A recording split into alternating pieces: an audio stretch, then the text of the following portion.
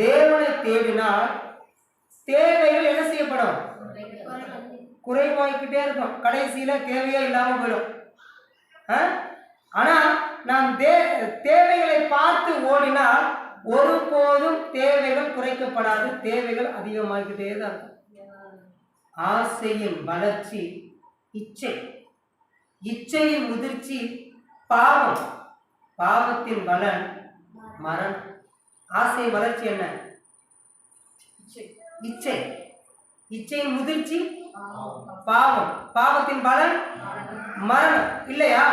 யோசேப்பு கிட்ட ஒரு சகோதரி வந்து தவறுதலா தன்னுடைய ஆசையை நிறைவேற்றுவதற்கு அவனுக்கு முதல்ல யோசேப்பை பார்க்கும்போது ஆசை வந்திருக்கும் இல்லையா?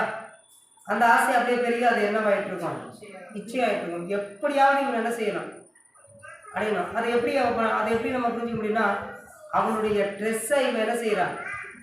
பிடிச்சு இழுக்கிறா இல்லையா? அதான் இச்சை வந்து எப்படியாவது இதை என்ன செஞ்சிடணும், நிறைவேற்றிடணும் அப்படிங்கிற ஒரு வேகத்தை கொடுக்கும்.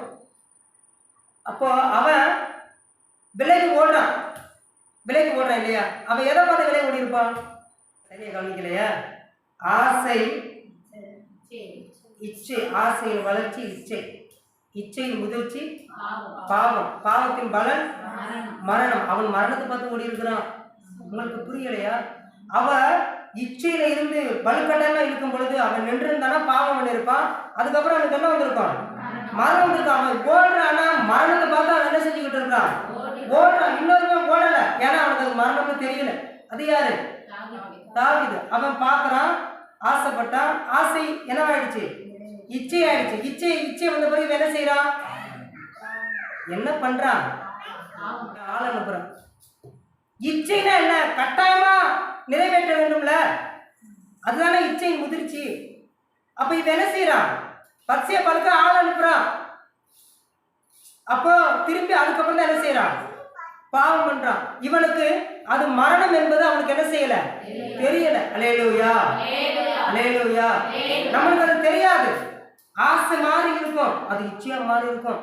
இச்சையா மாறி இருந்துச்சுன்னா இதை செஞ்சுதான் ஆகணும், எப்படியாவது இதை நடத்தி தான் ஆகணும் அப்படிங்கிற ஒரு எண்ணத்துக்கு போயிட்டோம்னா கர்த்தருக்கு ஸ்தோத்திரம். கர்த்தர் தான் நம்மளை என்ன செய்யணும்? விடுவிக்கணும். எதை குறித்தும் அவங்க என்ன செய்ய மாட்டாங்க. அவன் மறிச்சிட்டான் அப்படிங்கிறத எப்படி நம்ம புரிஞ்சுக்க முடியும்? தாவீது மேலே இருந்து பார்க்குறான். பட்சேப்பாலை பார்த்த உடனே இவனுக்கு என்ன வந்துடுச்சு? ஆசை வந்துடுச்சு. ஆசை இப்போ இச்சையா மாறுது. தன் வேலையாட்கள் ஒரு ஆளை என்ன செய்யறான்? அனுப்பிச்சு விடுறான். கூட்டிட்டு வரும்போது இப்போ என்ன செஞ்சுட்டான்? பாவம் செஞ்சுட்டான்.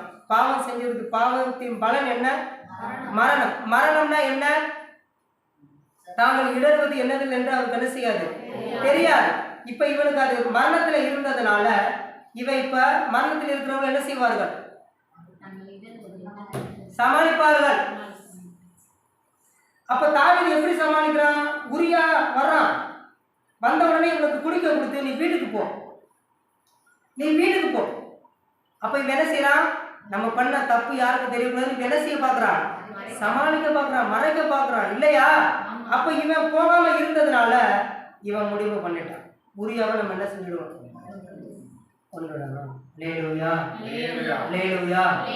மறித்து உயிர் தெழுகிறான் தாவீது. அல்லேலூயா. அப்ப நாட்டான் வந்து சொல்றாரு, ஒரு ஆடு இருந்தது, ஒருத்தருக்கு பண்ணை ஆடுகள் இருந்தது, ஆட்டு மந்தையே இருந்தது. ஆனா ஒரு விருந்தாளி வந்தது நிமித்தமாக அந்த ஆட்டு மந்தையை வைத்திருக்கிறவன் தன் ஆட்டு மந்தையிலிருந்து ஒரு ஆடை எடுத்து அடிக்காம ஒரே ஒரு ஆட்டுக்குட்டியை வைத்திருந்த அந்த ஆடை எடுத்து என்ன செஞ்சிட்டான்? பலி கொடுத்துட்டான்னு சொன்னோம்னா யாரா அவன் கேட்கும்போது அப்ப சொல்றாரு, நீதான் அவன் அப்படி சொன்ன உடனே இவனுக்கு என்ன வந்துச்சு?